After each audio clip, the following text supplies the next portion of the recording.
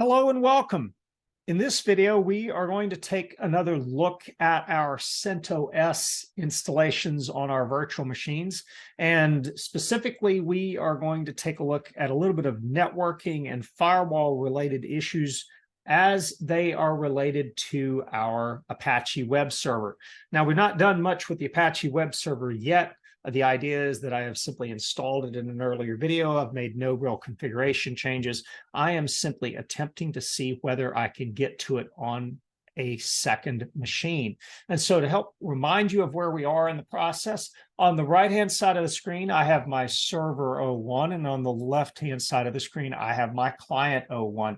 And on my server side, what I have is I have my Apache web server running. Now, how can you verify this? Well, there's a couple of different ways. One way, of course, that you can do so is by simply just coming to the command window real quick, and you can, using sudo, run sudo systemctl, and we can just check to see what the status of the HTTPD daemon is. Now, at this point, you will see that I am in fact active and running. However, I am still disabled on boot, and that's perfectly fine because we're sort of still in the development process. And if I hit Control-C, then I can also, for instance, look at an application like Nmap, and I'm just verifying real quick that I do in fact actually have it installed, and you can see that I do. I'm currently running 7.92, and I can run this against my local loopback adapter 127.0.0.1, and you'll see that I have my port 80 open, and it now shows the HTTP service. Now, that's great. As a matter of fact, we even went so far as to verify that it would work on my other IP address, and if you've forgotten how to get that, just simply run your ifconfig one more time there. Ifconfig, and you can see here that I have a couple of adapters of interest to us. There's the local loopback adapter, but then there's also this statically declared IP address. In this case, for my computer or my virtual machine, it's going to be 192.168.2.100. And so what I can do is I can also see whether I can get access to it using that IP address. So in this case, I'm going to do nmap against 192.168.2.100, and you can see here that I can in fact, at least on that machine, I can in fact get access to that port. So this looks promising. However, when we go over to our client and we can launch our Firefox, as well as also launching a command or terminal window, we can go through the steps here, and we can simply ping 192.168.2.100, and yes, we are able to successfully ping it. Matter of fact, we're going to hit Control-C, and again, I'm going to verify that I have Nmap installed on my client, and I sure do. I have 7.92 here as well. But then when I try to run Nmap against 192.168.2.100, you'll see that I'm getting no response.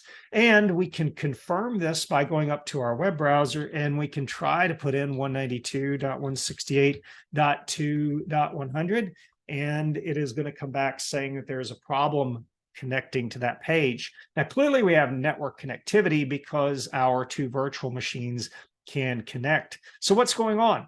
Well, it turns out that the firewall is going to, by default, block this type of activity. And that's probably a good thing because, especially in the development process, you don't necessarily want to have an exposed web server. Well, we've got a couple of options.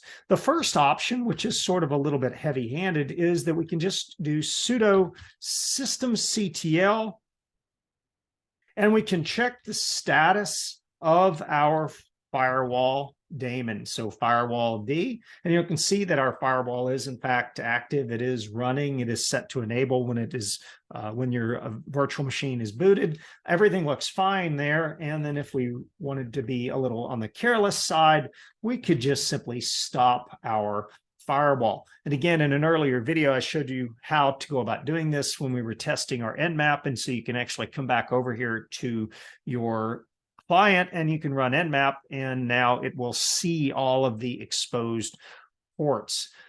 That's probably not a good thing. I think you can agree that having the firewall up is probably the better scenario. But if we bring the firewall back up, then we probably lose access to the website. And again, we can just simply verify.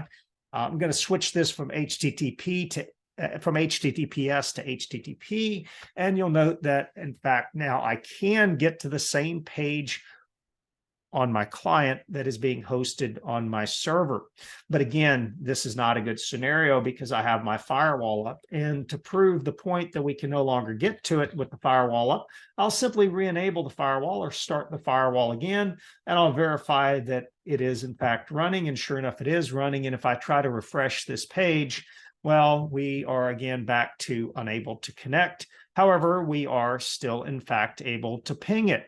So it's clearly the firewall that's causing the problem. We have network connectivity, but we can't get through to the exposed service. Well, how do we get around that? Well, it turns out that dropping the firewall is not the only option.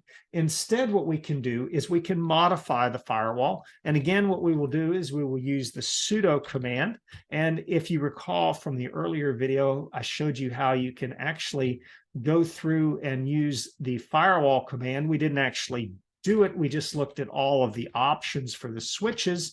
And what we can do is we can add a service to the firewall. In other words, basically, we can identify a service as being acceptable for use through the firewall. And in this case, the service that we wish to add is our HTTP service, and we want to make that change permanent. And again, we'll have to run this with the sudo command.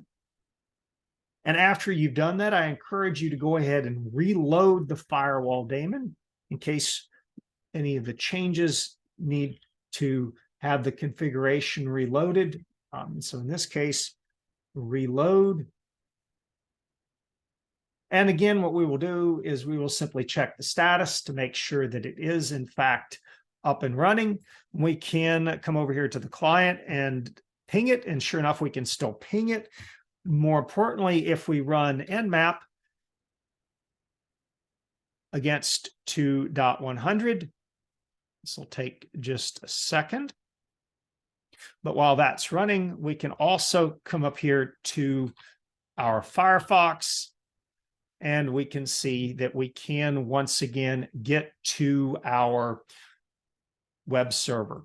Again, nmap seems to be having a little bit of a problem here, taking a little bit longer on the scan. It's there we go. It's just taking a little long, but effectively now it should be able to identify that port 80 is also open on that firewall. Basically, what happens with nmap is if it discovers the firewall is running, it's not going to do a force scan by default. But since it's checked to see that at least one port is open, it's going to continue to check to see if other ports are open.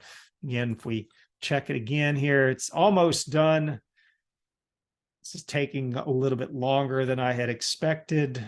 90, we're almost there.